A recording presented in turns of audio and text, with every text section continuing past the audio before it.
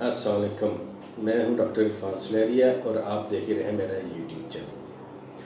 आज मैं जिस टॉपिक के ऊपर आपसे बात करूंगा वो ये है कि रमज़ान में आप किस तरीके से 4 से 6 किलो वज़न अपना आसानी से कम कर सकते हैं। रमज़ान में वैसे वज़न तो बड़ी आसानी से कम हो सकता है, लेकिन कुछ लोगों का वज़न बढ़ जाता है। वो क्या गलतियां करते हैं जिनकी वजह से उनका वज़न बढ़ जाता है। हम इस टॉपिक के ऊपर आज मैं आपसे इंफॉर्मेशन शेयर करूंगा। रमज़ान में बड़ी आसानी से वज़न कम हो सकता है अगर हम रमज़ान को उसकी अफादियत के मुताबिक रोज़ा रखें और अपनी डाइट का ख्याल रखें। तो सबसे पहले हमें ये देखना पड़ेगा कि वज़न कम करने के फ़वाइद क्या हैं। तो वज़न कम करने का सबसे बड़ा फ़ायदा तो ये है कि आपकी सेहत बड़ी अच्छी रहती है, आप फिज़िकली बड़े अच्छे लगते हैं, देखने में भी खूबसूरत नज़र आते हैं। दूसरा फ़ायदा ये है कि आप का वज़न अगर कम होगा तो आप बहुत सी दिल की बीमारियों से, शुगर से, ब्लड प्रेशर से और दूसरी बीमारियों से काफ़ी हद तक बचे रहेंगे। और अगर आपका वज़न कंट्रोल में है तो आपके हड्डियों पे और जोड़ों पे भी कम बोझ पड़ेगा, जिसकी वजह से आप दूसरी मेडिकल कॉम्प्लिकेशन से बच सकते हैं। इसके अलावा अगर सबसे बड़ा फ़ायदा जो है रमज़ान में वज़न कम करने का और वैसे भी वज़न कम करने का वो ये है कि आपकी लुक बड़ी अच्छी नज़र आएगी, फिज़िकली काफ़ी फिट नज़र आएंगे और अट्रैक्टिव पर्सनैलिटी आपकी होगी। तो ये कुछ फ़वाइद थे वज़न कम करने, जिसमें आपकी लुक अच्छी नज़र आएगी, दिल की बीमारियों से, ब्लड प्रेशर से, शुगर से आप बचे रहेंगे, आपके जोड़ों पे और हड्डियों पे वज़न कम पड़ेगा। अब दूसरी बात जो आपको पता होनी चाहिए कि आपका आइडियल बॉडी वेट कितना होना चाहिए। तो हम आइडियल बॉडी वेट या उसकी हाइट के मुताबिक निकालते हैं। फॉर एग्ज़ाम्पल अगर किसी मेल की हाइट 5.4 इंच है तो उसकी जो आइडियल बॉडी वेट बनता है वो तकरीबन 64.4 kg बनता है। अगर 2-3 किलो वज़न ज़्यादा भी हो जाए तो हम उसको हेल्थी वेट की कैटेगरी में काउंट करते हैं, लेकिन इसके बरक्स अगर उसका वज़न 10-15 किलो से ज़्यादा या 20 किलो है तो वो ओबीस कैटेगरी में आ जाएगा। इस तरह अगर किसी फीमेल की हाइट 5.2 इंच है तो उसका जो आइडियल बॉडी वेट बनता है वो 50 kg बनता है। अगर 1-2 kg उसमें ज़्यादा भी हो जाए तो उनको हेल्थी वेट की कैटेगरी में रखेंगे, लेकिन अगर 10-15 या 18 किलो वज़न ज़्यादा है तो वो ओबीस कैटेगरी में आ जाएगी।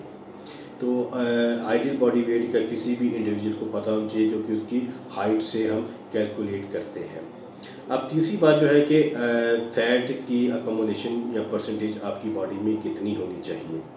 तो जब हम मेल की बात करेंगे तो जो उसका एसेंशियल फ़ैट है वो तकरीबन 2 to 5% है। और जब हम मेल एथलीट की बात करेंगे तो वो 6 to 30% उसके फ़ैट परसेंटेज होनी चाहिए। फिटनेस की बात करेंगे तो 14 to 17% उसकी फैट परसेंटेज उसकी बॉडी में होना चाहिए। 70 to 80% जो है वो एक्सेप्टेबल है। अगर मोर देन 30% हो तो वो ओबीस कैटेगरी में आ जाएगा। और इसके बाद हम फीमेल की बात करते हैं तो उसकी फ़ैट की परसेंटेज कितनी होनी चाहिए। एसेंशियल जो है वो 10 to 13% है। एथलीट फीमेल में जो फ़ैट की परसेंटेज है वो 14 to 22% है। फिटनेस की जब हम बात करेंगे तो 20 to 24% है। अगर मोर देन 30% है तो वो भी ओबीस कैटेगरी में आ जाएगी। तो ये कुछ फ़ैट की परसेंटेज थी जिसके हम अंदाज़ा लगा सकते हैं कि वो ओबीस है या उसका वज़न ज़्यादा है। इसके अलावा हम पिक्चर्स को देख के या बॉडी किसी की इंडिविजुअल की बॉडी को देख के भी उसकी फ़ैट परसेंटेज का अंदाज़ा लगा सकते हैं। जैसे कि आप देख रहे हैं कि अगर एक फ़ीमेल तस्वीर में देख रहे हैं कि एक मेल जो है उसकी पेट जो है वो काफ़ी बड़ा हुआ है तो उसमें जो फ़ैट अकोमोडेशन या फैट परसेंटेज होगी वो 30% होगी। अगर कोई फिज़िकली फ़िट है तो उसकी 10 to 12% होगी। इसके बाद अगर आप दूसरी तस्वीर देखें जिसमें फ़ीमेल की शेप से हम अंदाज़ा लगा सकते हैं कि वो ओबीस है या नहीं। अगर मोर देन 30% है तो वो ओबीस कैटेगरी में आ जाएगा। अब आपने देखना है कि आप अपने वज़न को कैसे कम कर सकते हैं। तो इसमें सबसे जो मोस्ट प्रोमिनेंट और अच्छा तरीका है वज़न कम करने का वो डाइट और न्यूट्रिशन है। डाइट के साथ बैलेंस डाइट के साथ अपना बड़ा आसानी से वज़न कम कर सकते हैं। बैलेंस डाइट आप अपनी बॉडी वेट और फिजिकल एक्टिविटी के मुताबिक भी इस्तेमाल करेंगे तो बड़ा आसानी से आपका वज़न कम हो जाएगा। अगर आप इंटरनेट पे, यूट्यूब पे या गूगल पे सर्च करेंगे तो इंटरमिटेंट फास्टिंग का बड़ा कॉन्सेप्ट आजकल आया हुआ है। इसकी मदद से भी आप अपना वज़न कम कर सकते हैं। हम बसीत मुसलमान, हम कितने खुश नसीब हैं कि एक साल में एक पूरा महीना हम फास्टिंग के थ्रू, रोज़े के थ्रू बड़ा आसानी से वज़न कम कर सकते हैं। इसके अलावा आप मज़ीद सर्च करेंगे तो दुनिया के जो बड़े बड़े CEOs हैं वो तकरीबन दिन में 12 से 14 घंटे कुछ नहीं खाते, भूखा रहते हैं। तो बसीत मुसलमान रमज़ान हमारे लिए बहुत बहुत बरकत महीना है जिसमें हम बड़ी आसानी से वज़न कम कर सकते हैं। दूसरा तरीका जो है वज़न कम करने का वो एक्सरसाइज है। बैलेंस डाइट आप इस्तेमाल करें और साथ एक्सरसाइज करें तो बड़ी आसानी से आपका वज़न कम हो सकता है। तो कितनी देर एक्सरसाइज करनी चाहिए? 30 to 45 मिनट की जैसी किस्म की एक्सरसाइज बड़ी ज़रूरी है आपके वज़न कम करने के लिए। एक्सरसाइज तो कम से कम ब्रिस्क वॉक आप ज़रूर करें। और जब हम रमज़ान की बात करते हैं तो सबसे बेस्ट टाइम जो है एक्सरसाइज का या वेट लॉस का वो इफ्तार से पहले है, क्योंकि आसानी से कम हो जाएगा। नेक्स्ट स्टेप ये है कि आपने रमज़ान आ गया तो वज़न कम करना, उसकी स्ट्रेटजी बनाना शुरू कर दें, प्लानिंग शुरू कर दें। अपनी फैमिलीज़ के साथ, अपने दोस्तों के साथ शेयर करें कि मैं इस रमज़ान में 4 से 6 किलो वज़न कम करना चाहता हूँ या करने जा रही हूँ। तो इसका फ़ायदा ये है कि तमाम फैमिली एक ही प्लेटफॉर्म पे होगी और आपके लिए वज़न कम करना बड़ा आसान हो जाएगा। इसके लिए आप मशीन परचेज़ कर लें अगर आपके पास नहीं है। अगर है तो ठीक है, नहीं तो परचेज़ कर लीजिए। तो सुबह वज़न करें, दोपहर को वज़न करें, शाम को वज़न करें। अगर वज़न कम हो रहा है तो आपकी मोटिवेशन लेवल भी बढ़ेगा। एक रियलिस्टिक टारगेट सेट कर लें कि मेडिकली साइंस भी कहती है कि 4 to 6 kg आपका वज़न कम होना चाहिए एक महीने में, और रमज़ान में बड़ी आसानी से ये वाला टारगेट आप अचीव कर सकते हैं। हमने वज़न कम करने के फ़वाइद की बात कर ली, आइडियल बॉडी वेट क्या होना चाहिए, फ़ैट परसेंटेज की बात कर ली, कौन से तरीके हैं जिसका वज़न कम कर सकते हैं, प्लानिंग की बात कर ली। अब डाइट कैसी होनी चाहिए ख़ासकर रमज़ान में? तो आप जब हम सहरी की बात करते हैं तो उसमें सहरी और इफ्तारी में तो आपने हाइड्रेशन लेवल को तो मेंटेन रखना ही रखना है।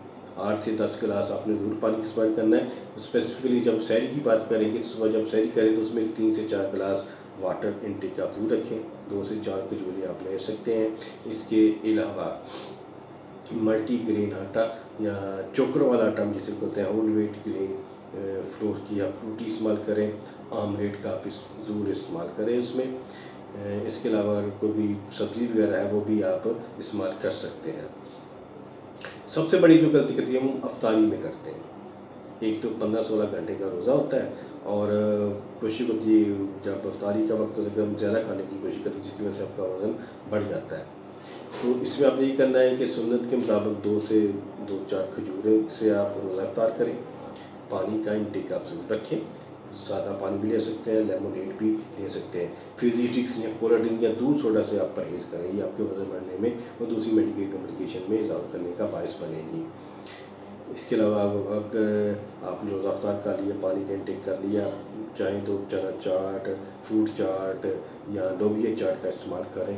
फिर नमाज का ब्रेक दें, वक्फा करें। उसके बाद फिर तकरीबन 15-20 मिनट या आधे घंटे का गैप आ जाएगा। उसके बाद फिर आप खाना खाएं। उसमें आप ग्रिल्ड चिकन भी खा सकते हैं, मटन, बीफ, ब्राउन राइस, चपाती का इस्तेमाल भी कर सकते हैं।